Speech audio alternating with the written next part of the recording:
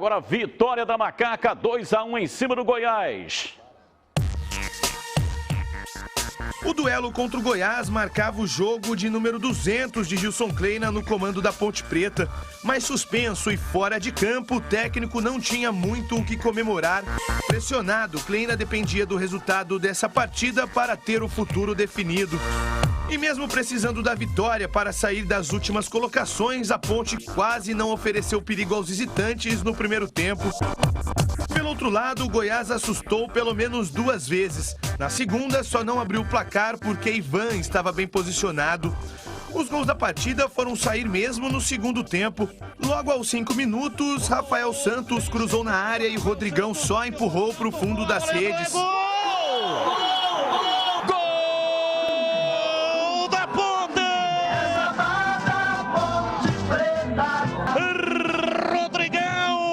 O camisa 99 voltou a marcar após quase 1 ano e meio. Jogou no fundo da rede do Goiás e ela fez... A felicidade do torcedor da Alvinegra não durou nem 2 minutos. Isso porque Aleph Manga aproveitou o belo cruzamento e deixou tudo igual no placar. Gol! Gol do Goiás! Esporte Clube, eu sou Goiás. A virada do Esmeraldino não aconteceu por muito pouco. Ivan fez bela defesa em cobrança de falta de Elvis e salvou os donos da casa. A Ponte foi para cima e aos 20 minutos o árbitro marcou pênalti para a Macaca após toque de mão de Davi Duarte. Penalidade máxima! Camilo foi para a cobrança e fez o segundo para a Ponte no Moisés Lucarelli.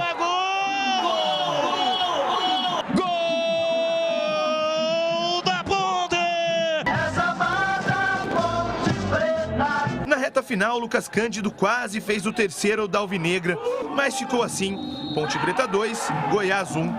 Respiro para a Macaca e alívio para Gilson Kleina. Nós entramos com uma formatação e eu acho que essa formatação ela estava fortalecida no último terço defensivo, né? Mas nós não estávamos conseguindo organizar, não estávamos conseguindo chegar. Eu acho que aí propiciou também um avanço das linhas do adversário e o volume que eles colocaram. A gente fica feliz, né, porque o Rodrigão faz o gol e o Camilo, né, entrou e faz o gol, que são referências do grupo, e ver toda aquela vibração pela televisão dos atletas todos unidos, isso mostrou unidade e mostrou que é uma equipe que quer ter força para sair dessa situação. E a Ponte já iniciou a preparação para o duelo contra o CRB, que acontece daqui a uma semana. E para esse jogo, o Kleina tem mais uma baixa confirmada. O meia Renatinho, que não vive sua melhor fase, rescindiu o contrato com a Ponte Preta. O jogador alegou questões particulares e não veste mais a camisa da Alvinegra. Quem também pode sair é o zagueiro Ednei. O camisa 3 recebeu sondagem de outro clube e pode deixar o Moisés Lucarelli. A origem do gol!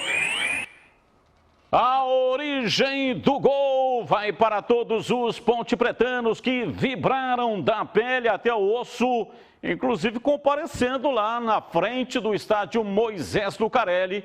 Os jogadores foram lá recepcionar os torcedores, claro, mantendo ali uma distância, né? E também o técnico Gilson Kleina. Para todos vocês, a origem dos gols. Como é que os gols aconteceram e já vamos aqui também comentando a vitória da Macaca. Aí, ó, Moisés, Fábio Santos e o Rodrigão. Aliás, Rafael Santos e o Rodrigão chegando, jogou o corpo ali contra a bola, né? Ele tem um corpanzil. Gol de centroavante. Primeiro Chegou tempo, como um bólido. primeiro tempo de muita instabilidade da Ponte. O Goiás poderia ter virado ganhando de 3-0 se não tivesse usado de uma soberba que o atrapalhou e que acabou ajudando a Ponte. Veio o intervalo, o Gilson mexeu, colocou jogadores importantes, né? Como o Camilo, como a própria entrada em campo, um pouquinho depois, do Lucas Cândido, enfim. A Ponte deu uma melhorada boa, botou a bola no chão Saiu na frente, uma jogada muito bem elaborada, numa saída em falso do goleiro do Goiás. Ele sai jogando errado, a Ponte recupera na intermediária e tem objetividade. 3 toques rápidos.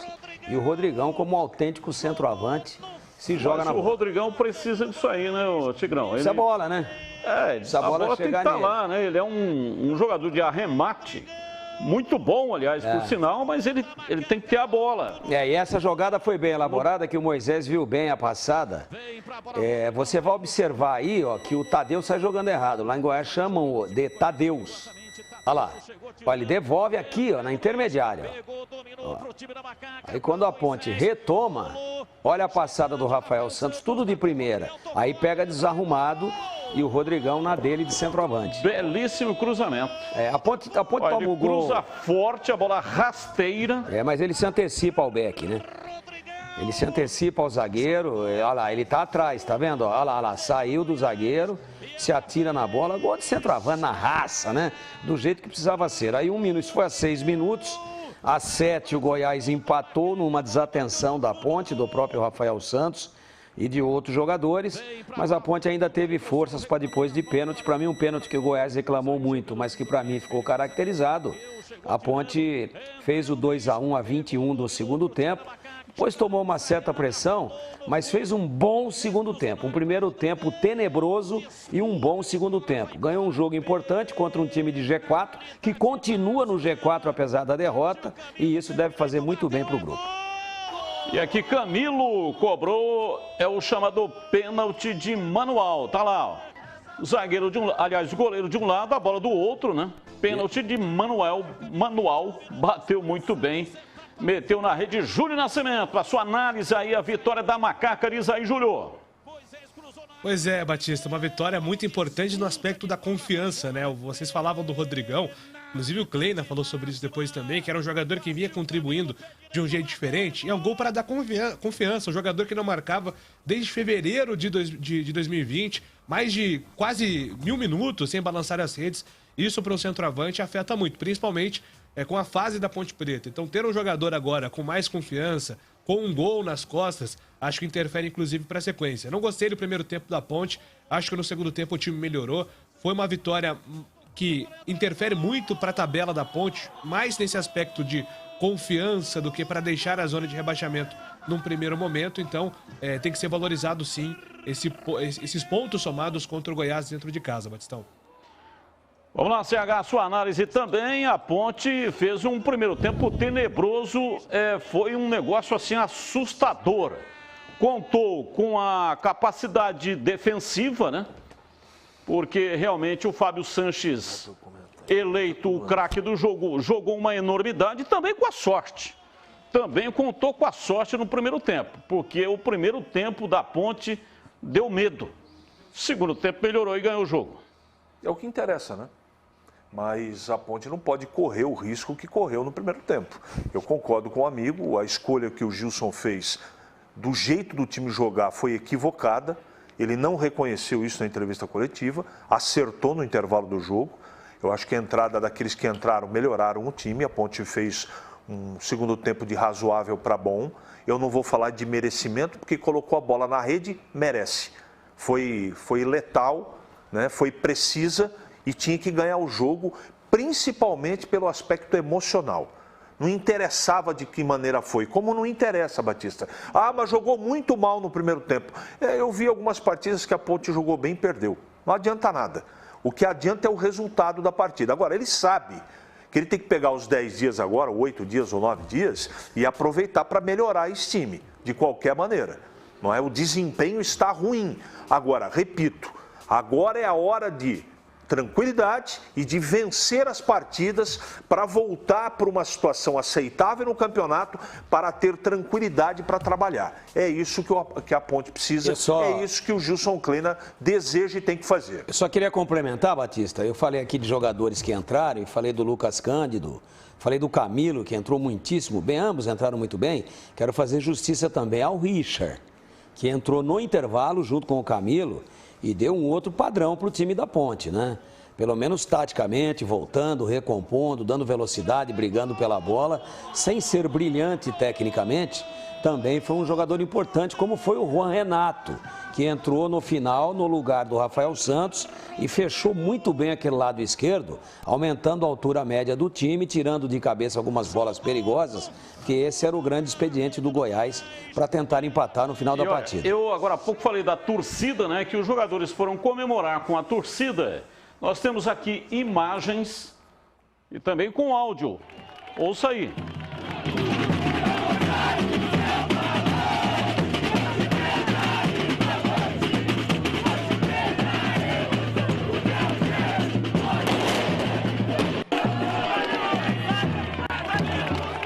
Aí os jogadores foram lá aplaudindo. Importante aí essa questão, né? O apoio da torcida. O momento é muito ruim. A Ponte lá embaixo, rastejando ainda na competição.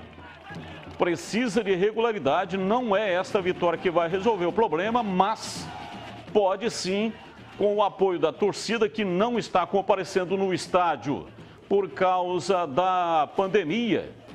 Pode ser, a CBF está tentando aí, né, junto às autoridades, uma aprovação para ver se coloca público nos estádios a partir de setembro. Por enquanto não é possível, mas apoio da torcida é importante, demonstrado através desta aglomeração que aconteceu aí de frente ao estádio Moisés Lucarelli. E isso é depois do jogo. Veja, os jogadores estão uniformizados.